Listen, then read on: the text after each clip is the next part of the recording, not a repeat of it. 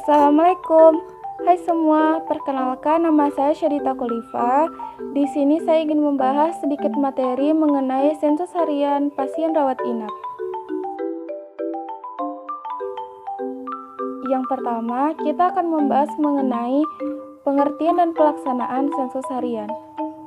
Yang kedua, kita akan membahas mengenai tujuan dan kegunaan. Yang ketiga, kita akan membahas mengenai hari perawatan. Yang keempat, ada pasien transfer. Yang kelima, pasien masuk dan keluar di hari yang sama. Lalu yang keenam, ada rekapitulasi sensus. Yang ketujuh, ada rata sensus pasien. Yang kedelapan, ada rata sensus pasien bayi baru lahir. Yang pertama, pengertian dan pelaksanaan.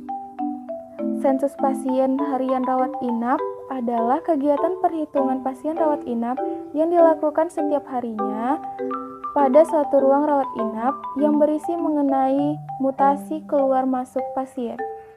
Sensus umumnya dilaksanakan ketika tengah malam atau menjelang jam 24.00. Sebenarnya, sensus boleh dilaksanakan jam berapapun, asalkan jam sensus yang dipilih tersebut harus tetap atau konsisten dan seragam di setiap unit pelaksanaan sensus.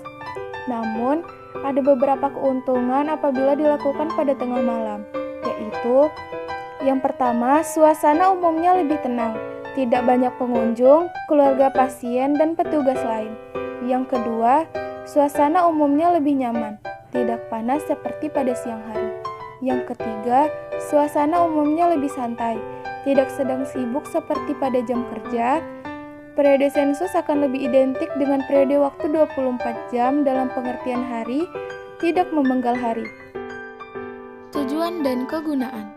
Tujuannya untuk memperoleh informasi semua pasien yang masuk dan keluar rumah sakit selama 24 jam. Kegunaannya, yang pertama, untuk mengetahui jumlah pasien masuk, keluar rumah sakit, dan meninggal di rumah sakit. Yang kedua, untuk mengetahui tingkat penggunaan tempat tidur. Yang ketiga, untuk menghitung penyediaan sarana atau fasilitas pelayanan kesehatan. 3. Hari perawatan. Hari perawatan sama dengan jumlah pasien yang ada saat sensus dilakukan, ditambah pasien yang masuk dan keluar pada hari yang sama pada hari sensus diambil. Jadi, dengan jumlah pasien yang menggunakan tempat tidur dalam periode waktu 24 jam. Angka ini juga menunjukkan beban kerja unit perawatan yang bersangkutan dalam satu periode waktu. Jumlah hari perawatan atau total patient day atau total inpatient service day menunjukkan jumlah hari perawatan dari setiap hari dalam periode waktu tertentu. Angka ini bisa didapatkan dari formulir sensus. Periode masa 24 jam yaitu periode waktu di antara waktu pelaksanaan sensus pada hari yang berurutan. Satu unit satuan dalam HP bisa tidak mengenal periode hari penanggalan. Dalam menghitung HP, tanggal masuk pasien ikut diperhitungkan, tapi tanggal keluar tidak diperhitungkan. Jika pasien cuti atau pulang sementara dengan izin dokter dan masuk perawatan inap kembali pada waktu yang telah disepakati, maka hari cutinya tidak dihitung dalam perhitungan HP dan tidak dihitung juga dalam perhitungan lama dirawat atau LOS pasien tersebut. Hari perawatan pasien anak dihitung terpisah dari pasien dewasa. 4. Pasien transfer. Transfer merupakan kejadian pindahnya pasien dari unit rawat inap atau bangsal ke bangsal lainnya di rumah sakit yang bersangkutan. Jadi, pasien transfer masih berstatus sebagai pasien rawat inap di rumah sakit tersebut, belum dihitung sebagai keluar atau discharge. Jika ada bangsal yang menerima pasien transfer, maka pasti ada bangsal yang telah mentransfer pasien tersebut.